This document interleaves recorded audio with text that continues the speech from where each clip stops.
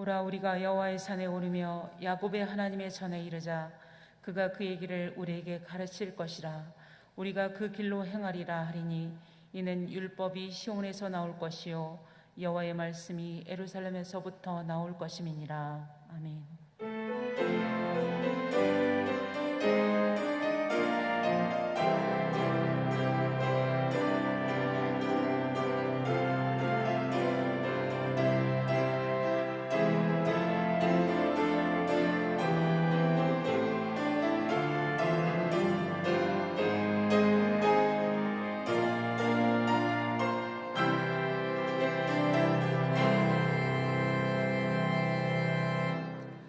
날마다 우리의 짐을 지시는 하나님, 아침 저녁으로 선선한 바람을 주시고 더위에 지친 저의 마음을 회복시켜 주시니 감사합니다. 또한 하나님이 주시는 기쁨으로 예배할 수 있는 은혜의 자리로 인도해 주신 그 사랑에 감사드립니다. 마음과 정성을 모아 예배드리오니 기쁘게 받아주시고 한량없는 은혜를 부어주시옵소서. 예수님의 이름으로 기원합니다. 아멘.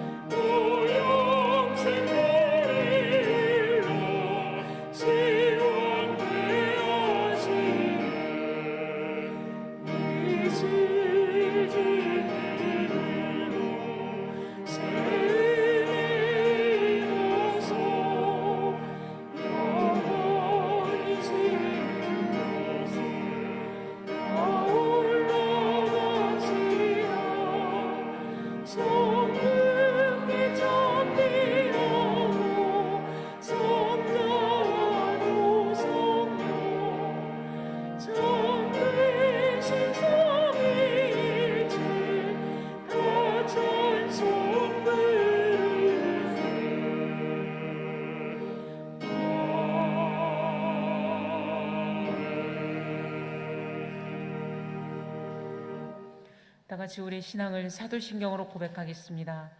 전능하사 천지를 만드신 하나님 아버지를 내가 믿사오며 그 외아들 우리 주 예수 그리스도를 믿사오니 이는 성령으로 잉태하사 동정녀 마리에게 나시고 본디오 빌라도에게 고난을 받으사 십자가에 못 박혀 죽으시고 장사한 지 사흘 만에 죽은 자 가운데서 다시 살아나시며 하늘에 오르사 전능하신 하나님 우편에 앉아 계시다가 저리로서 산자와 죽은 자를 심판하러 오시리라. 성령을 믿사오며 거룩한 공회와 성도가 서로 교통하는 것과 죄를 사하여 주시는 것과 몸이 다시 사는 것과 영원히 사는 것을 믿사옵나이다. 아멘. 태초에 말씀이 계시니라. 이 말씀이 하나님과 함께 계셨으니 이 말씀은 곧 하나님이시니라. 그가 태초에 하나님과 함께 계셨고 만물이 그로 말미암아 지은 바 되었으니 지은 것이 하나도 그가 없이는 된 것이 없느니라. 그 안에 생명이 있었으니 이 생명은 사람들의 빛이라. 빛이 어둠에 빛이 돼 어둠이 깨닫지 못하더라. 참 빛 곧 세상에 와서 각 사람에게 비추는 빛이 있었나니 그가 세상에 계셨으며 세상은 그로 말미암아 지은 바 되었으되 세상이 그를 알지 못하였고 자기 땅에 오매 자기 백성이 영접하지 아니하였으나 영접하는 자 곧 그 이름을 믿는 자들에게는 하나님의 자녀가 되는 권세를 주셨으니 이는 혈통으로나 육정으로나 사람의 뜻으로 나지 아니하고 오직 하나님께로부터 난 자들이니라. 말씀이 육신이 되어 우리 가운데 거하심에 우리가 그의 영광을 보니 아버지의 독생자의 영광이요 은혜와 진리가 충만하더라. 아멘. 이제 우리 주인 되신 하나님께 우리의 죄를 다 같이 고백합시다. 불꽃 같은 눈으로 우리를 바라보시는 하나님 아버지, 저희는 사람들이 보지 않으면 된다고 생각하며 많은 죄를 저질렀습니다. 형제를 함부로 판단하고 이웃을 비방했습니다. 또한 지극히 작은 자 하나에게 행하는 것이 곧 주님께 행하는 것이라는 사실을 잊은 채 이웃에게 작은 사랑조차도 베풀지 못했습니다. 성도로서 가족을 돌보지 않는 것이 얼마나 잘못된 일이요 악행이라는 사실도 알고 있었으나 그들을 따뜻하게 대하지 못했습니다. 세상을 이끌어야 할 지대한 사명을 감당해야 할 우리의 모습은 너무나도 초라하고 부족했나이다. 또한 코로나로 인한 불편함과 어려움은 토로하면서도 진정 하나님의 뜻이 무엇인지 깊이 생각하지도 않고 여전히 세상의 안락함만을 추구하였습니다. 주여 저희의 죄악을 용서하여 주옵소서. 예수님의 이름으로 기도드립니다. 아멘. 이제 나와 하나님만이 아는 죄를 침묵으로 참여합시다.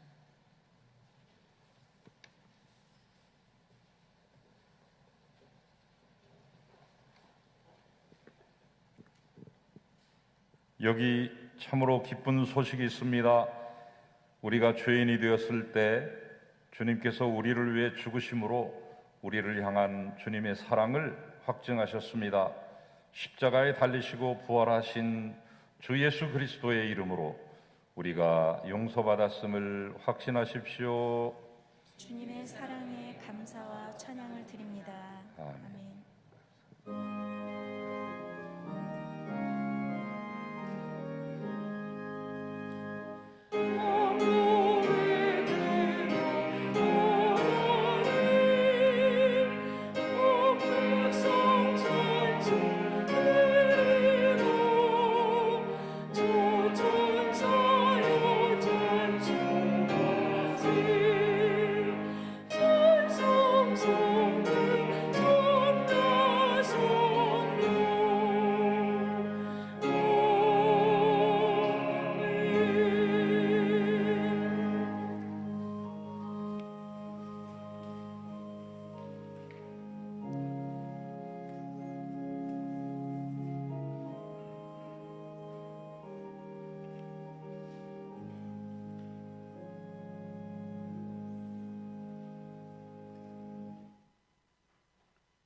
만물이 주에게서 나오고 주로 말미암고 주에게로 돌아감이라.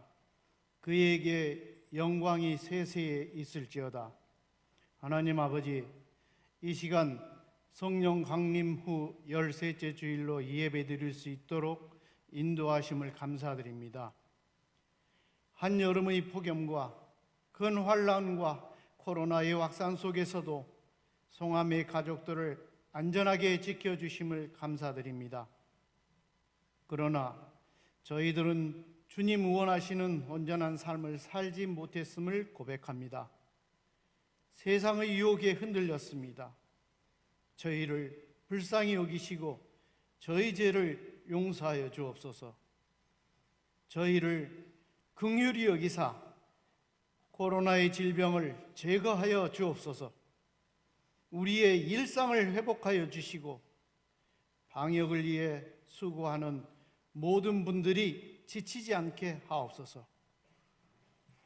주님, 이 어려운 시기를 잘 극복해 나갈 수 있도록 성도님들에게 능력과 지혜로 덧입혀 주시고 말씀으로 무장하게 하시어 영적으로 더욱 단단하게 하옵소서. 연로하신 어른들과 원로 장로님 그리고 송암의 모든 공동체를 안전하게 지키시고 건강으로 붙들어 주옵소서. 하나님, 이 나라에 내재되어 있는 수많은 갈등이 하나님의 말씀으로 봉합되게 하시며 남과 북이 하나님 안에서 하나가 되기를 소망합니다. 이 나라 지도자들이 하나님을 두려워할 줄 알고 백성들을 진심으로 사랑하는 마음 갖기를 소망합니다. 하나님, 교회학교, 초등부, 여름 성경학교가 안전하게 진행되도록 보호하여 주심을 감사드립니다. 다음 주에 시작되는 중고등부 수련회도 주님과 함께하여 주시옵소서. 교회학교 생명들이 믿음 안에서 말씀으로 자라게 하옵소서. 특히 청년들을 말씀으로 붙잡아 주시고 세상을 이기고 나갈 수 있는 희망과 용기와 지혜로 덧입혀 주옵소서. 주님, 송암의 환우들을 위해 기도합니다.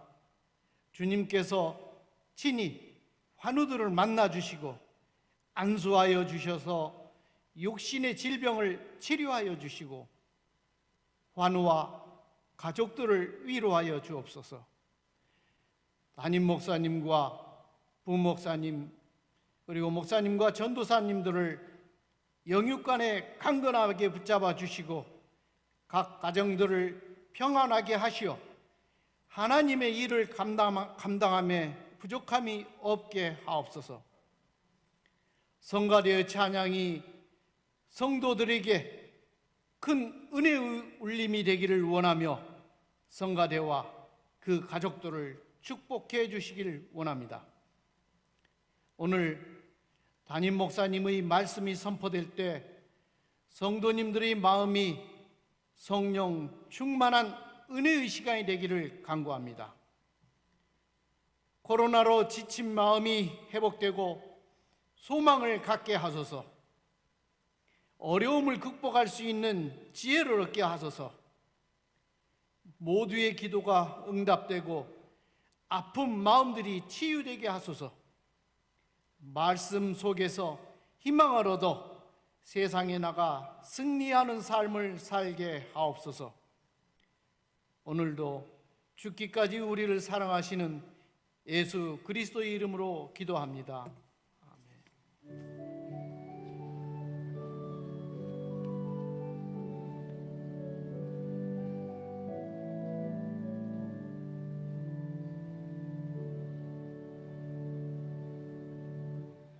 우리 주님께서 주시는 은혜와 평강이 성령 강림절 13번째 주일을 맞이해 하나님께 예배하시는 사랑하는 모든 분들께 함께 하시기를 간절히 바랍니다. 주님의 평화를 빕니다. 샬롬.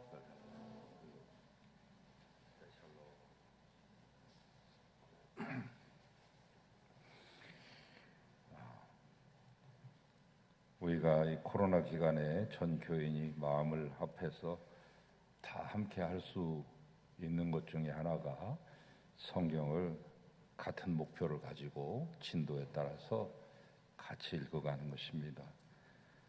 이 성경 통독 대열에 많이 동참하시기를 바랍니다. 이탈하지 마시고 끝까지 힘내시기 바랍니다. 이번 주까지 읽으실 그것은 에스겔서 4장까지 읽어보시기를 바랍니다.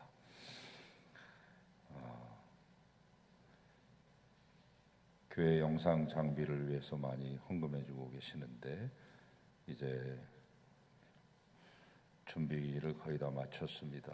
이제 스크린도 프로젝터도 새로운 것으로 완비를 해서 더 좋은 예배를 드릴 수 있도록 준비하겠습니다. 헌금해 주신 모든 분들께 감사를 드립니다. 2021년도 2학기 장학금을 고등학생, 대학생, 신학생, 신대원생 8명에게 잘 전달했습니다. 여러분이 정성껏 헌금해 주신 귀한 이 예물이 후학을 기르고 다음 세대, 우리의 이음 세대를 세우는 일에 귀중하게 쓰여지게 된 것을 여러분께 감사를 드립니다. 손영민 청년이 군 입대해서 애쓰는 중에 있는데 잘 마치고 돌아올 수 있도록 기도해 주시기를 바랍니다. 우리 교회에서 만 8년 동안 교회학교 교육을 위해서 애쓰셨던 최다현 목사님, 이제 목사님을 만나셔서 목사님 가정을 이루시게 되는데 안산의 시온성 교회라고 하는 아주 대표적인 그런 교회 부목사님이십니다. 그곳에서 교회 사택에서부터 신혼살림을 시작하실 텐데 이번 주 토요일에 12시 30분 수원에서 결혼 예식이 있습니다.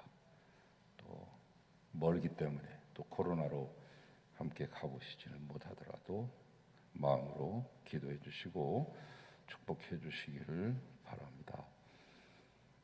초등부 여름 성경학교 3차례 나눠서 하는데 지금 마지막 막바지 3번째 시간 모임을 진행하고 있습니다. 12시 반쯤에 끝나게 될 텐데요. 우리 선생님들이 많이 애쓰셨습니다. 택배로 보내기도 하고 가정에 일일이 방문해서 격려하고 또 기념품과 준비물들을 다 전하시면서 주님의 사랑을 이렇게 몸으로 잘 전해주셨습니다. 애쓰신 선생님들께 감사드립니다. 중고등부 여름수련회 이번 토요일과 다음 주일 그리고 9월 첫째 주일까지 3차례에 걸쳐서 진행이 됩니다. 우리 교회 여름 성경학교 수련회 맨 마지막인데 중고등부까지도 잘 마칠 수 있도록 그렇게 기도해 주시기 바랍니다. 김준태 전도사님 이번 주일에 휴가를 다녀오시겠습니다. 우리 교회 목사 수련생들이 계십니다. 김보름, 김준태, 이진화 전도사님들 이번 주 월요일부터 금요일까지 하루 종일 꼬박 집중 교육을 받고 오시게 될 텐데 잘 받고 오실 수 있기를 기도해 주십시오. 기도 이상입니다.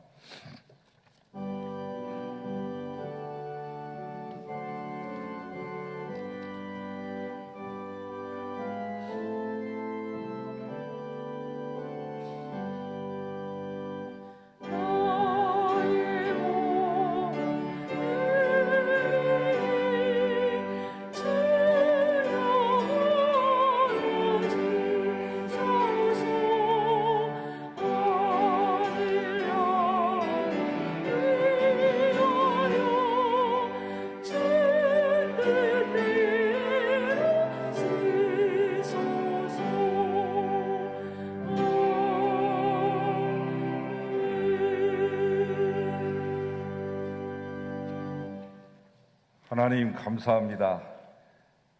이 극심한 역병 가운데서도 우리를 지켜주시고 주님을 향한 마음이 식어지지 않게 하시며 오늘 이 자리를 사모하며 주 앞에 나와 예배하게 하심을 감사합니다. 모든 영광 받으소서.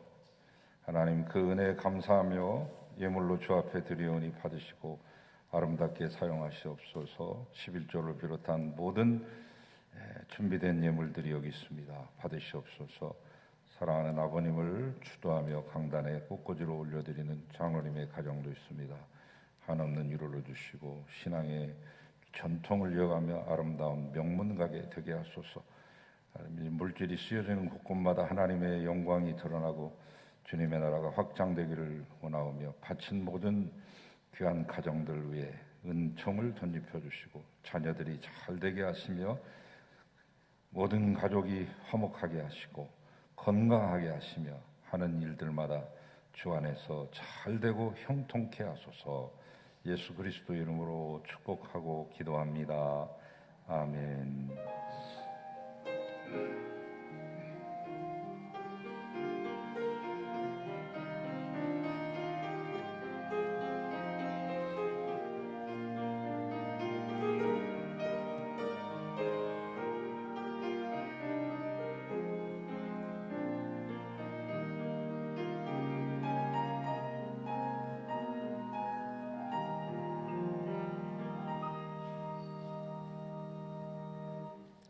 이제 하나님의 말씀을 받겠습니다. 오늘 우리에게 주시는 하나님의 말씀은 마태복음 16장 1절에서 4절 말씀입니다. 바리새인과 사두개인들이 와서 예수를 시험하여 하늘로부터 오는 표적 보이기를 청하니 예수께서 대답하여 이르시되 너희가 저녁에 하늘이 붉으면 날이 좋겠다 하고 아침에 하늘이 붉고 흐리면 오늘은 날이 굽겠다 하나니 너희가 날씨는 분별할 줄 알면서 시대의 표적은 분별할 수 없느냐. 악하고 음란한 세대가 표적을 구하나 요나의 표적밖에는 보여줄 표적이 없느니라 하시고 그들을 떠나가시니라. 아멘. 주님의 말씀입니다. 주님께 영광 돌립니다.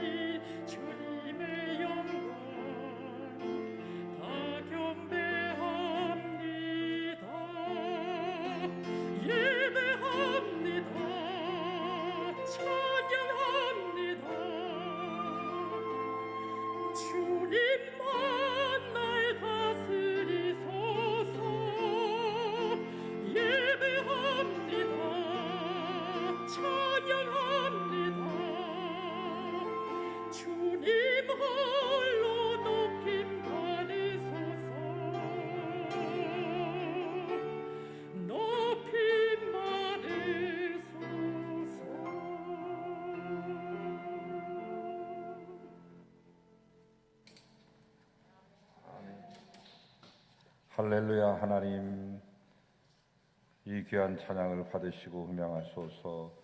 찬양 올려드린 귀한 우리 집사님 더욱더 복되게 하시고 아름다운 찬양으로 주님을 즐겁게 해드릴 수 있도록 도와주시옵소서.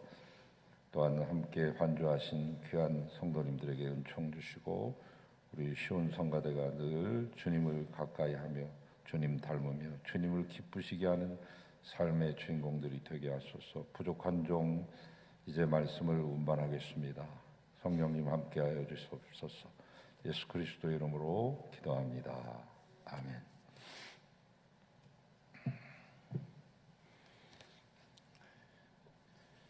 오늘날 우리에게 주어진 상황을 제대로 파악하고 판단한다는 것은 결코 쉬운 일이 아닙니다. 시시각각으로 상황이 변하기 때문입니다. 이 시대와 문물과 모든 것들은 초고속으로 또 움직이고 있기 때문에 순간순간 판단한다는 것이 쉽지 않습니다. 오늘 우리가 읽은 말씀은 시대적인 상황을 제대로 판단하지 못했던 당시의 최고의 지도자들, 종교 지도자로 치면 바리새인들이요, 정치 지도자로 치면 사두개파 사람들이죠. 이 사람들의 어리석음에 대한 주님의 책망의 말씀입니다. 오늘 본문은 이렇게 시작합니다. 바리새인과 사두개인들이 와서 예수를 시험하여 하늘에서 오는 표적 보이기를 원하니, 그들이 예수님에게 표적을 보여달라고 한 이유는 그 표적을 보고 예수님을 정말로 메시아로 믿겠다고 하는 생각을 가지고 온 게 아니죠. 그들은 어떻게 해서든지 예수님에게 고소할 거리를 찾고 있었습니다. 올무를 씌우기 위해서 그런 질문을 던진 것입니다. 여러분, 뭔가 수상하지 않습니까? 낌새가. 이 사두개인들하고 바리새인들이 함께 같이 왔다는 거, 왠지 냄새가 나지 않습니까? 원래 이 사두개인들하고 바리새인들은 같이 어울려 다니지 않습니다. 왜? 사상이나 추구하는 바가 전혀 달랐기 때문입니다. 신앙의 컬러도 전혀 달랐습니다. 달라도 너무 달랐습니다. 바리새인들은 몸의 부활을 믿었지만 사두개인들은 안 믿었고요. 바리새인들은 천사가 있다고 말했지만 사두개인들은 천사가 어디 있어?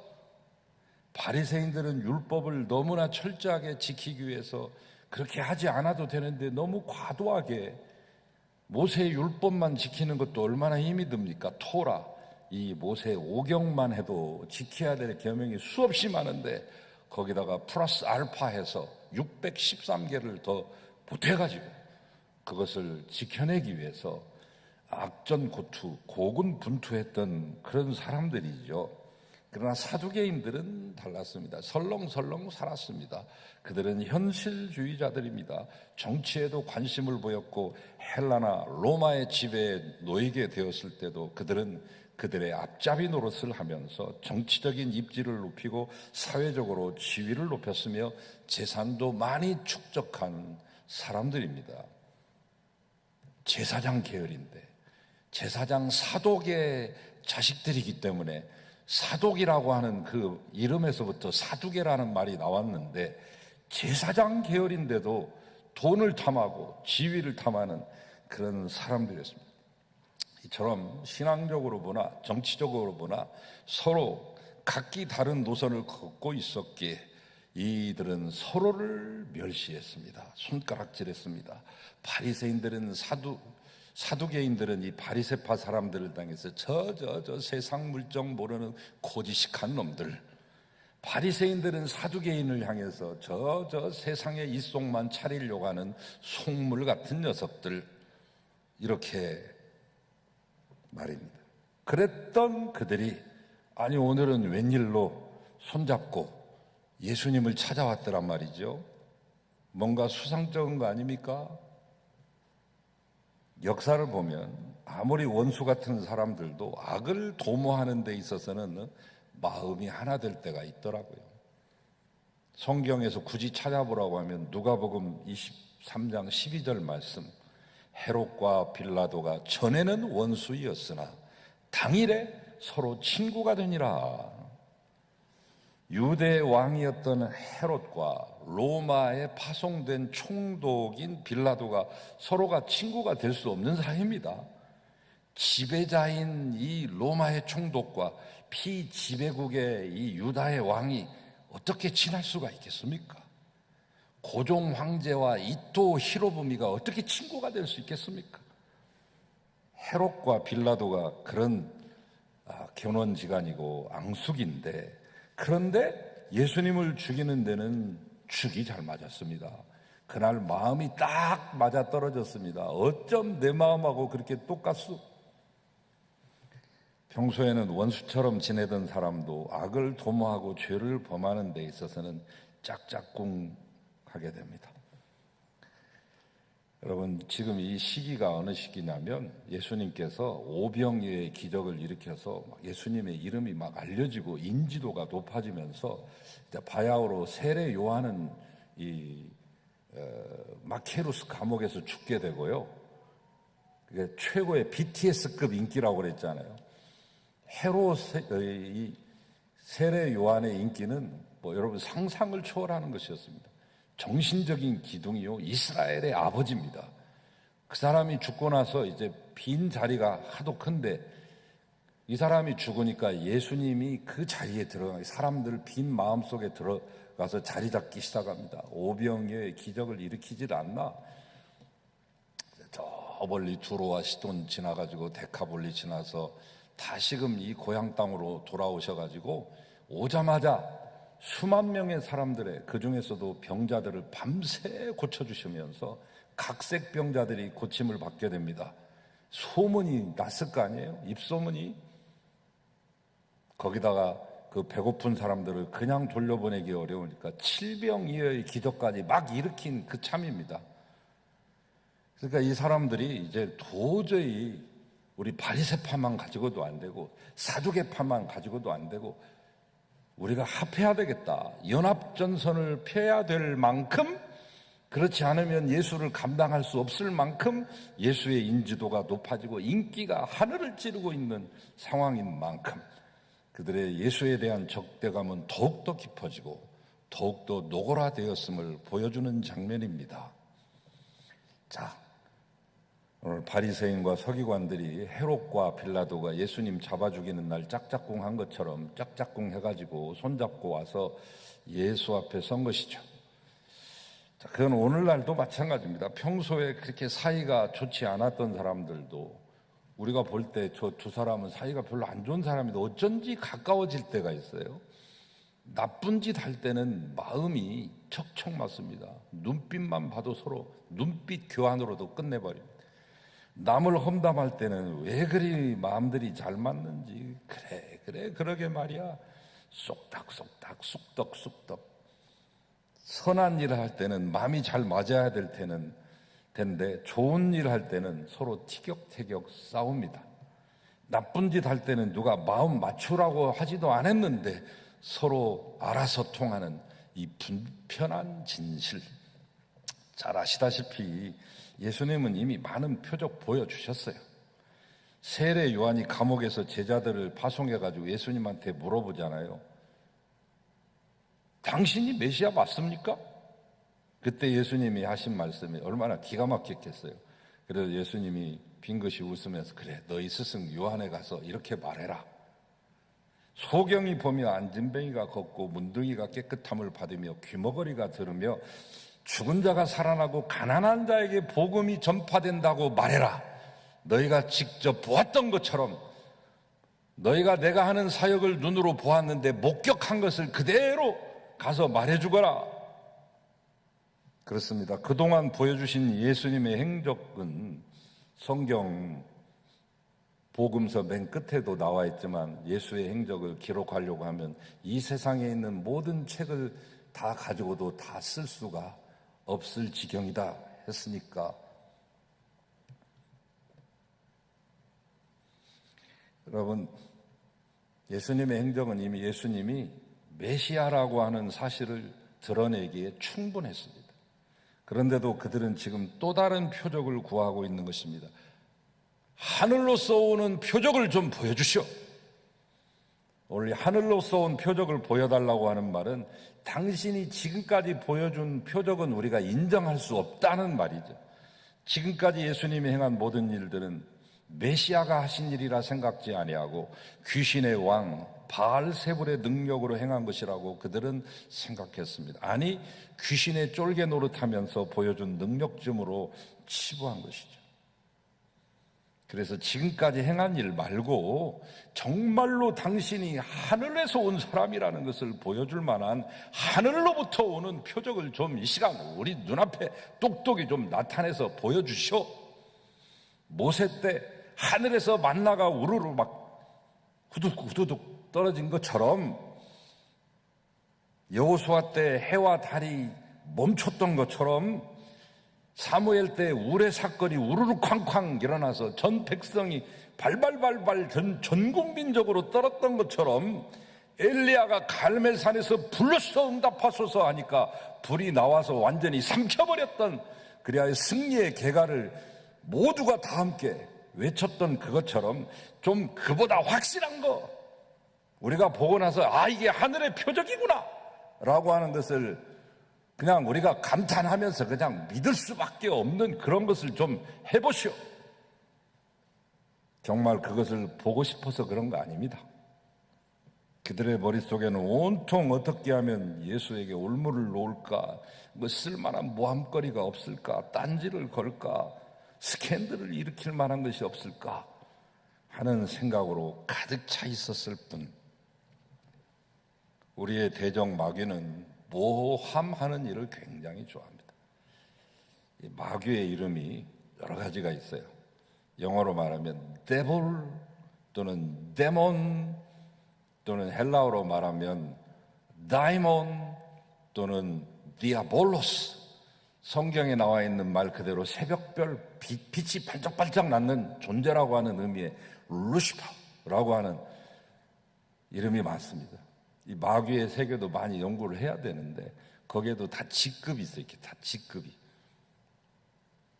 천사의 계열에도 다 직급이 있어요. 지금 시간이 없으니까 그걸 일일이 제가 열거는 않겠습니다만 그런 것들을 여러분 생각하시면서, 그런데 마귀의 다양한 별명 가운데 마귀의 속성, 그의 특성, 그의 장기, 그의 특기를 잘 드러내주는 그 표현에 호칭이 있으니 디아볼로스입니다. 디아라고 하는 것은 영어로 말하면 between, 사이를 비집고 들어가서 하나님과 사람 사이를 이간질하고 사람과 사람 사이를 이간질하는 그 특성을 그대로 말한 것이 디아볼로스입니다. 이간질하는 자, 모략하는 자, 중상하는 자, 또 비방하는 자라고 하는 그런 뜻이죠. 사단의 특징 가운데 제일 넘버원으로 뽑힐 수 있는 게 이간질이고 모함이죠. 지금 예수님을 모함하러 온 사두개인들과 바리새인들이 나중에도 서로 함께 모함해서 최후의 작당을 해서 결국 예수님을 십자가에 죽게 만들죠. 비단 예수님 때만 그런 것이겠습니까? 사색당파가 심했던 조선시대, 노론소론, 남인, 서인, 동인, 서인으로 시파, 벽파로 나뉘어가지고 있었던 그 시대만 그런 것도 아닙니다. 오늘날에도 남 헐뜯고 모함해서 선량한 사람을 어려움에 빠지게 만들죠. 인터넷이라고 하는 손쉬운 도구를 통해서, SNS라고 하는 무책임한 도구를 통해서 서로 물고 뜯고 사람을 통째로 매장시켜버리고 산송장을 순식간에 만들어버리기도 합니다. 사단의 역사가 오늘날에도 계속 활발하게 이루어지고 있음을 아시려고 하면 SNS 현장과 그 답글과 댓글들을 보시면 적나라하게 볼 수 있습니다. 인간의 심성이 얼마나 피폐하고 황폐한 것인지, 얼마나 인간이 간악하고 간사하고 사악하고 비루하고 비천하고 비겁한 것인지, 하나님을 믿는 신앙인들이라고 해서 그 사단의 역사에서 제외되거나 면제되지 않습니다. 교회 안에서도, 믿음이라고 하는 공동체 안에서도 사단의 종로로 타며 남의 험담하고 모함하는 일들이 버젓이 일어나고 있으니까요. 참으로 가슴 아픈 일들이 아닐 수 없습니다. 생각해 보세요. 예수님이 모함하는 일 좋아하시겠습니까? 예수님 일찍이 요한복음 6장 43절 말씀에 예수께서 일러 가라사대 너희는 서로 수군거리지 말거라. 뒷방에서 수군거리며 남 험담하고 모함하는 일 하지 말라는 거지. 수군거림과 모함이 취미가 되고 장기가 되고 특기가 돼서는 되겠습니까? 잠언서 20장 19절 말씀, 두루 다니며 한담하는 자는 남의 비밀을 누설하나니 입술을 벌린 자를 사귀지 말지니라. 한편 하늘로서부터 오는 이 표적을 요구했던 바리새인들과 서기관들의 이 사두개인들에게 주님은 이런 말씀을 하셨습니다. 상당히 좀 뜬금없는 말이기도 하고 생뚱맞은 말씀이기도 한데 갑자기 이 일기 변화에 대해서 말씀했어요. 야, 너희가 저녁에 하늘이 붉으면 야, 내일 날이 좋겠다고 하고, 너희가 아침에 하늘이 붉으면 야, 오늘은 날이 굳겠는데? 이렇게 말하지 않느냐? 너희가 천기를 그렇게 잘 분별할 줄 알면서 이 시대의 표적은 분별할 수 없느냐? 무슨 말입니까? 날씨의 징조는 알면서 왜 시대적인 징조, 영적인 징조, 영적인 기상도에 대해서는 그토록 무지하고 무감각하냐? 사람에게는 지혜가 있습니다. 그 지혜는 오랫동안 삶을 살아오면서 자연스럽게 터득되어 온 것들이죠. 할아버지와 아버지, 아니 그 할아버지의 할아버지까지 가지셨던 그 지혜들이 쌓이고 쌓여 축적되고 켜켜이 쌓여서 하나의 지혜의 귀한 보고가 되고 샘물을 이룹니다. 그래서 유난히 그해 비가 많이 오고 햇빛이 많이 내리쬐는 날씨가 거의 적었다. 그러면 우리는 금방 이렇게 생각하죠.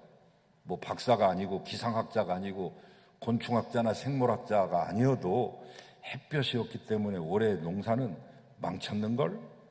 햇빛을 받지 못한 나락은 여물지 않을 것이고 과일들은 당도가 떨어져서 제맛을 내지 못할 것이야. 올해 맛있는 과일 먹기는 글렀어. 자연현상을 통해서 앞으로 어떤 일이 일어날지도 미루어 짐작하죠. 야, 저녁에 이 달무리가 있으면 곧 비가 내린다고 했는데 내일 비가 내리려나? 오랜 경험을 통해서 달무리가 질 때에는 비가 올 징조라는 것을 알고 있다는 것이죠.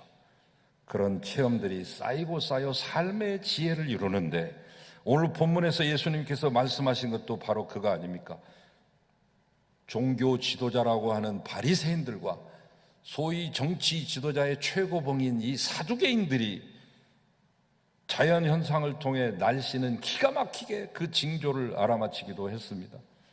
원래 유대인들은 하늘의 변화에 대해서 유독 관심이 많아요.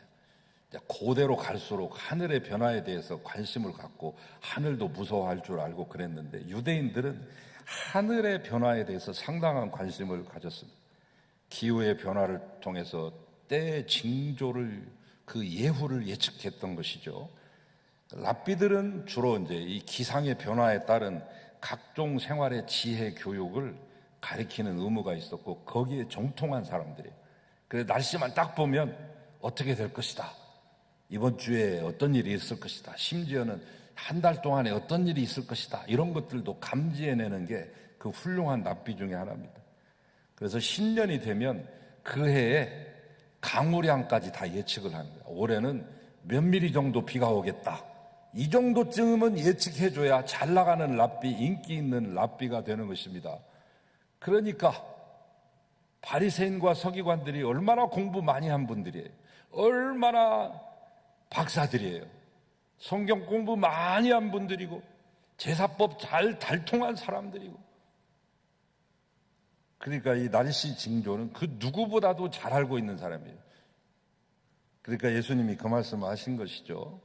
그러나 그들에게는 민족의 지도자로서 시대를 분별하는 지혜가 없었습니다. 예수님은 바로 그것을 지금 책망하고 계십니다. 자고로 지도자는 시대를 분별할 줄 아는 지혜를 지녀야 됩니다. 시대정신과 역사의식이 결여된 지도자가 그 땅의 지도자가 되는 것은 그 국민의 불행이 시작되었음을 예고하는 것입니다. 앞으로 나가야 될 역사의 시계 바늘을 거꾸로 되돌려 놓는 것입니다. 모든 국민들과 그 국민의 후손들까지 고생길에 들어서게 만드는 것이죠. 지도자의 시대 분별력이 중요한 것입니다. 자, 그러면 오늘 본문에서 예수님께서 말씀하신 그 시대의 표적을 분별한다는 건 무슨 말인가? 무슨 말이겠어요? 그 난다 긴다 하는 최고의 엘리트들도 분별하지 못했던 그 시대의 표적이 뭡니까? 그것은 바로 하늘의 메시아가 오셨다는 표적이죠. 메시아가 오셨다는 사실을 깨달아 아는 지혜가 있어야 되는데 그들에게는 그런 지혜가 전혀 없었습니다. 지금 메시아가 자기들과 함께 한 장소에 서 있지 않습니까? 지금 자기하고 함께 이야기를 나누고 있는데 그래도 모르고 있으니 참으로 딱하기가 이를 데 없습니다. 예수님이 메시아라고 하는 징조는 일찍이 많이 있었습니다. 구약 선지자들이 수백 년 전부터 예언한 거 빼고 가장 먼저 나타난 징조가 뭐예요? 예수님 탄생 때 있었잖아요. 이상한 별, 커다란 별, 신비한 별이 예수의 탄생을 알리고 동방박사들을 그곳으로 이끌었을 뿐만 아니라 이 소문을 들은 헤롯이 헤롯 궁이 완전히 발칵 뒤집히고 전 예루살렘 전국이 발칵 뒤집혀서 2살 이하의 아이를 유아 학살하는 대학살이 일어났던 그 징조, 그 다음 나타난 표적 세례 요한, 400년 만에 이스라엘에 하나님의 말씀을 선포한 선지자 아닙니까? 예수님의 길을 열고 예수님에게 세례를 베풀었으며 나는 이분의 신들매를 들 수도 없다, 이분의 신발끈을 풀거나 맬 수 있는 자격도 안 되고 손톱에 때만 띠도 못한 사람이다. 나는 물로써 너에게 세례를 주었으나 이분은 불과 성령으로 너에게 세례를 줄 것이다. 자기의 제자들에게는 뭐라고 말했습니까? 보라, 세상 죄를 지고 가는 하나님의 어린 양이로다. 세례 요한을 통해서 예수 그리스도가 곧 누구인지 정확한 표적을 주셨지 않습니까? 세 번째 나타난 분명한 표적은 뭐예요? 예수님의 사역을 통해서 드러났지 않습니까? 주님께서 세례 요한의 제자들에게 말씀하셨던 것처럼 가는 곳곳마다 일으켰던 기적의 사건들이야말로 예수가 메시아라고 하는 표적이었습니다. 이미 구약 성경에 예언했던 수백 건의 그 예언 사건들이 현실화되고 실현되는 한두 번이 아니라 수십 번, 수백 번을 통하여. 그런데 그 표적을 보고서도 당시 지도자들이라고 하는 사람들이 메시아가 오셨다는 분명한 시대적 표적을 아직 읽지 못하고 있었습니다. 이것이 예수님의 마음을 심히 답답하게 만들었습니다. 이미 영적인 눈이 감겨 영적 소경이 되어버린 자들에게는 그 어떤 표적이 주어진다 할지라도 그것은 그 시대의 표적을 깨닫지 못하게 만듭니다. 더군다나 그들은 지금까지 줄곧 예수님을 힐난하면서 예수님 시험하기 위해서, 오늘 말씀도 시험 삼아 던진 말이라고 했어요. 하늘의 표적을 주소서 하는 말은 간절함으로 진실함으로 요구한 것이 아니라 시험 삼아 했다고 말했어요. 그들은 예수님의 말씀과 행동에서 꼬투리 잡아서 함정에 빠뜨리려고 하는 계책을 갖고 온 사람들입니다. 그런 사람들에게 그 어떤 표적이 나타난들 그들의 마음을 움직일 수 있겠습니까? 결국 예수님은 이렇게 말씀합니다. 하늘로부터 내려오는 다른 표적 보여주시기를 거절하시는데 음란하고 악한 세대가 표적을 구하나니 요나의 표적밖에는 보여줄 표적이 없느니라. 그러며 그들을 과감히 그 자리를 박차고 과감히 떠나가셨다 말씀하고 있습니다. 왜 예수님께서 그 세대에게 표적 주시기를 거절했을까요? 그들의 불순한 의도를 파악했기 때문입니다. 여러분, 신앙은 절대적인 신뢰를 바탕으로 이루어지는 것이지 어떤 외적인 증거와 자료들을 통해서 이루어지는 게 아닙니다. 그렇게 되면 이미 그것은 신앙이 아닙니다. 마지막으로 왜 표적 보여주시기를 거절했냐면 이미 보여줬기 때문에, 당신의 사역을 통해 이미 수없이 많은 표적을 보여주셨기 때문입니다. 그것을 통해 믿지 못하면 역시 다른 표적이 주어진다 할지라도 믿지 않을 것이기 때문입니다. 이 말이 잘 이해가 안 되시면 나사로와 부자, 거지 나사로와 부자의 이야기를 생각하시면 됩니다. 부자가 지옥불에서 견디지 못하고 긍휼의 자비의 물 한 방울을 간구했을 때 그 물 한 방울조차 사람은 한 3,500방울 정도의 물이 있어야 이 갈증을 해소할 수 있다고 그래요. 그러나 그 중에 물 한 모금 탁 찍어가지고 내 혀 끝에다가 나사로를 시켜가지고 물 한 방울 탁 찍어가지고 내 혀 끝에다가 대게 좀 해주십시오. 이 3,500분의 1 자비도 통하지 않는 바로 그곳에서 그가 강렬하게 깨달은 것은 뭐냐면, 나는 이미 베렸으니까 베린 몸이고, 내 형제들이 5명이나 남았는데 내 형제들 5은 내 꼴은 되지 않아야 되겠다, 내가 있는 곳으로 오지 않게 해야 되겠다고 하는 평생에 처음으로 사람다운 생각을 한번 해봐가지고 아브라함에게 강력하게 요청하는 것입니다. 마지막 요청, 아브라함님, 그 품에 있는 그 나사로 좀 흔들어가지고요, 이제 바로 살려보내서 부활시켜가지고 저희 집에 좀 보내주세요. 저희 집에 5 형제들이 같이 모여서 대가족을 이루고 살고 있는데, 그놈들한테 가가지고 이 형이 이렇게 고생하고 있으니까 니네들은 좀 마음 고쳐먹고 제발 사람 노릇하다가 좋은 곳에 가거라, 이 말 한마디만 해주세요. 다른 말도 말고. 그러자 뭐라고 그래요? 모세와 선지자의 말이 있었느니라. 야, 그들에게는 이미 모세와 선지자들의 말이 있었어. 아닙니다. 죽은 자들 가운데서 누가 살아나가지고 우리 형제들에게 가면 반드시 회개할 것입니다 라고 말할 때 고개를 가로지르면서 했던 말씀이 있습니다. 야, 모세와 선지자들에게 듣지 아니하면 비록 죽은 자 가운데서 살아나는 자가 있어가지고 그들에게 말할지라도 그들은 권함을 받지 아니하리라. 여러분도 지금 하늘로부터 오는 표적을 구하고 있지는 않습니까? 내 신앙이 좀 더 깊어지기를 원해서, 뭔가 확실히 눈에 보이는 것이 있어서 더 큰 확신을 갖고자 하는데 그게 없어가지고 나는 신앙생활이 희지부지하고 긴가민가합니다. 눈에 보이는 뭔가만 주어지면 확실하게 나 신앙생활 붙잡을 수 있습니다. 아닙니다. 결코 그렇지 않습니다. 여러분 분명히 기억하십시오.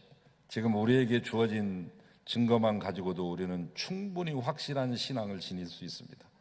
문제는 표적이 없어서가 아니라 우리에게 믿으려고 하는 신앙적인 마음이 없기 때문입니다.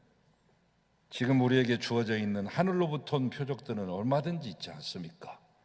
여러분이 가지고 계시는 66권의 성경책이 그렇고, 매 주일마다 강단에서 선포되는 말씀도 그렇고, 오늘날 믿음을 가지고 살아가는 성도들의 아름다운 삶과 그들의 간증이 그렇고, 그리고 어려운 환경 가운데지만 주님의 몸된 교회가 그렇습니다.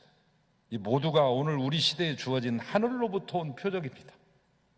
그러한 우리 주변에 있는 그런 것들만 가지고도 우리는 확고한 신앙인이 될 수 있습니다. 오늘 나에게 주어진 표적들이 무엇인지를 다시 한번 깊이 생각해 보시고 돌아보십시오. 의외로 나를 바른 신앙으로, 굳건한 신앙으로, 든든한 신앙으로 인도해 주는 표적들이 여기저기에 많이 있음을 발견하실 것입니다. 이미 내게 주어져 있는 그것들은 외면하면서 새로운 표적을 구하는 것은 어리석은 짓이고, 그러한 요구는 오늘 본문에서 바리새인과 서기관들에게 하셨던 것처럼 주님의 단호한 거절만이 있을 것입니다. 그러니 여러분, 먼 데서 찾지 마시기 바랍니다. 오늘 바로 내 삶, 내 주변에서 하늘로부터 오는 표적들을 찾으십시오. 신앙의 눈을 가지고 보면 얼마든지 찾아내실 수 있습니다. 바로 그것들을 통해서 더욱 반석과 같은 믿음으로 나아가시기를 주의 이름으로 축원합니다. 그리하여 하나님의 은혜와 축복을 누리는 복된 삶의 주인공들이 되시기를 축원합니다. 거룩하신 주님 감사합니다. 오늘 또 어려움을 겪고 있으며 이 환난을 헤치고 나가야 됩니다. 이제 1년 반이 넘는 이 코로나 시국으로 말미암아서 모두가 지칠 대로 지쳐 있고, 하나님 아버지 향방 없이 갈 바를 모르고 방황하고 있는 불쌍한 양떼들과 같이 되었습니다. 하나님, 오직 주님에게 초점을 두고 주님을 붙잡고 다시금 일어서게 하시고 반석과 같은 믿음으로 나아가서 주님을 기쁘시게 하며 이 모든 환난도 지나가게 하시고 이 역경도 이겨낼 수 있도록 힘을 더하여 주시옵소서. 예수님 이름으로 기도합니다. 아멘.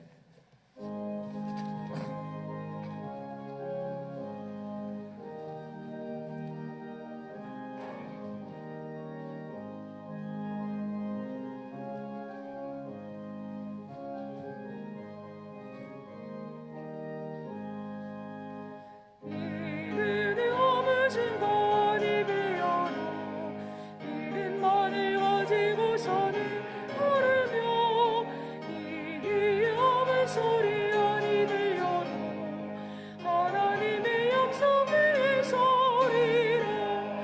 걸어가세 믿음 위에 서서 나가세 나가세 의심 버리고 걸어가세 믿음 위에 서서 눈과 귀에 아무진 없어도 이른의 보기에는 어떠하든지 이미 얻은 증거대로를 믿으며 이 맘에 의심 없이 살아갈 때에 우리 소원 주 안에서 이르리. 걸어가세 믿음 위에 서서 나가세 나가세 의심 버리고 걸어가세 믿음 위에 서서 눈과 귀에 아무 증거 없어도 주님의 거룩함을 두고 맹세하오. 주 하나님 아버지는 참 이쁘다. 그 귀한 모든 약속 믿는 자에게 능치 못할 무슨 일이 있을까. 걸어가세 믿음 위에 서서 나가세 나가세 의심 버리고 걸어가세 믿음 위에 서서 눈과 귀에 아무 증거 없어도.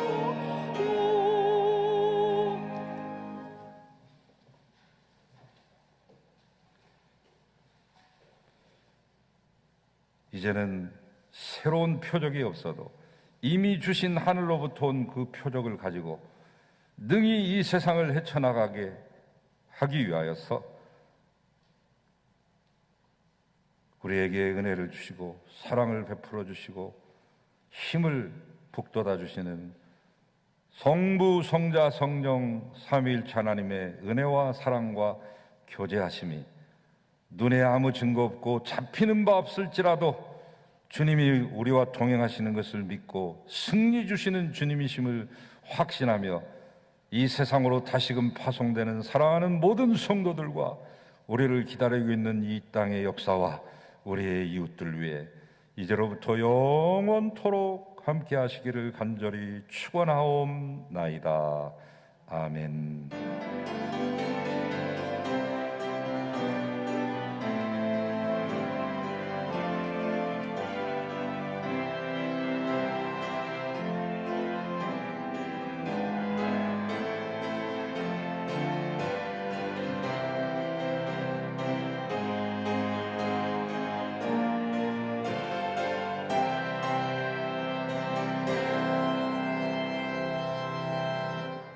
예, 성도님들 모두 자리에 앉아 주시기 바랍니다. 우리 아래층 맨 뒷줄부터 사회적 거리 유지하시면서 퇴장해 주시기 바랍니다.